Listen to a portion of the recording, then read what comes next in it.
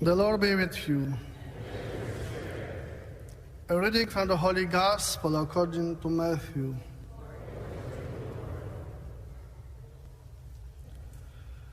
Jesus spoke to the crowds and to his disciples, saying, "The scribes and the Pharisees have taken their seat on the chair of Moses.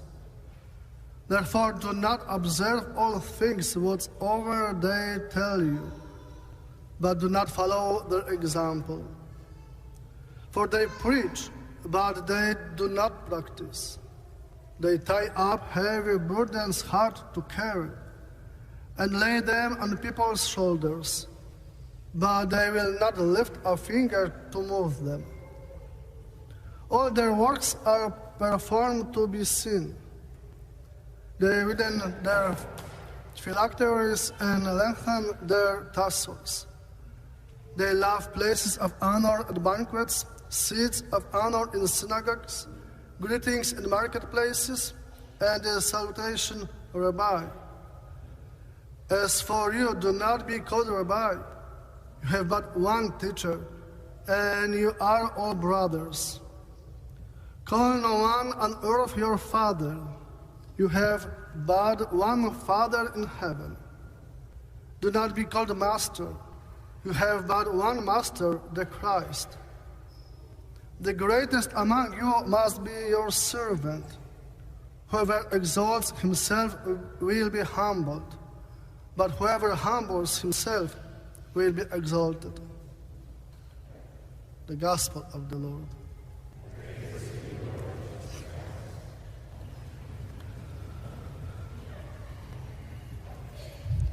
A nation that kills its own children has no future, said during the pilgrimage to Poland in 1997 St. John Paul II.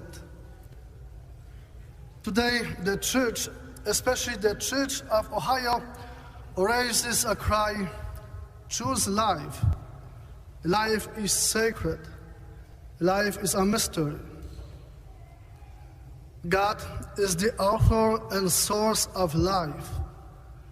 God has given humankind a special dignity that is above other creatures, whatever they be, plants or animals.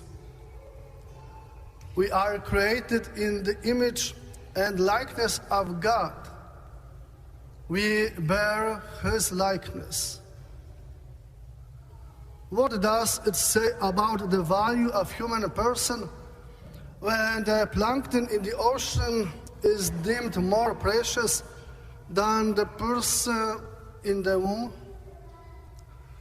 What do we really value when we pass stringent laws on safe and animals, littering and air pollution, and make legal the abortions?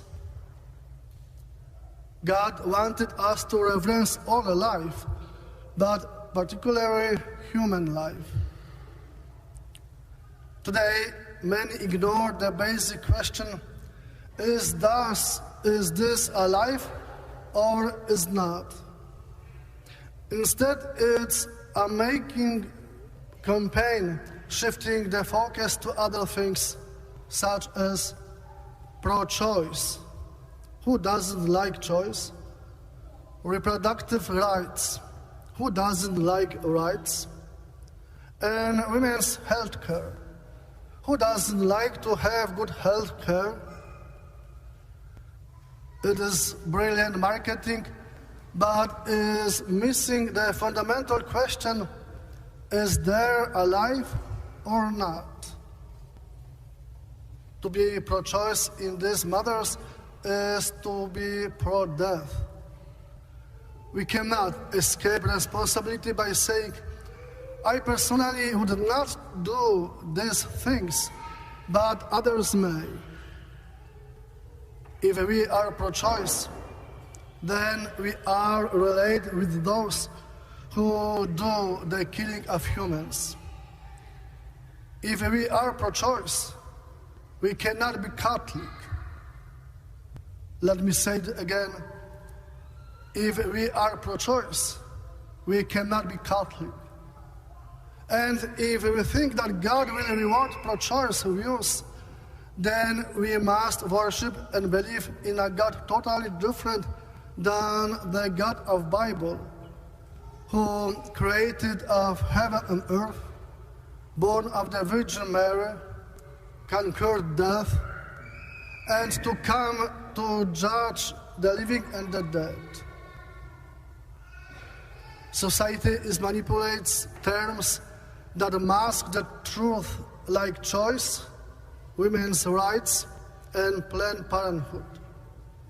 Because a life beginning in the womb, at the moment of conception, the right to choose, reproductive rights, healthcare rights, also belong to the person in the womb. Today, we are fighting for life for the unborn. Tomorrow, for a life for yourself. Abortion, and what's next? Sterilization, euthanization of the elderly who are chronically sick. Because all rights depend on life, the right to life is the most fundamental issue of all. If that is eliminated, the rest will follow. These rights of yours are all connected. Your life may depend on it. Those who are not concerned about a child's rights, they won't be concerned about yours. If family or an insurance company decide you are a burden to them, and they will no longer pay for your care. The Church has a unique obligation to act as a defender for those that cannot defend themselves. However, the Church has no hands or feet by which to defend others except ours.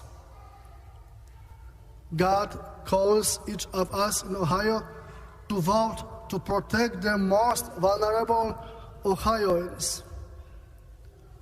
We can do this Tuesday, November 7th, by fasting and praying for women and children, educating our neighbors of the dangers of the proposed change to the Constitution, and voting no on issue 1, so that we can be like Christ by protecting both women and children.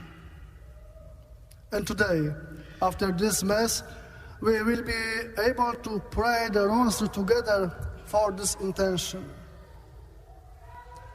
I started with the words of Saint John Paul II, so I will also end with his words.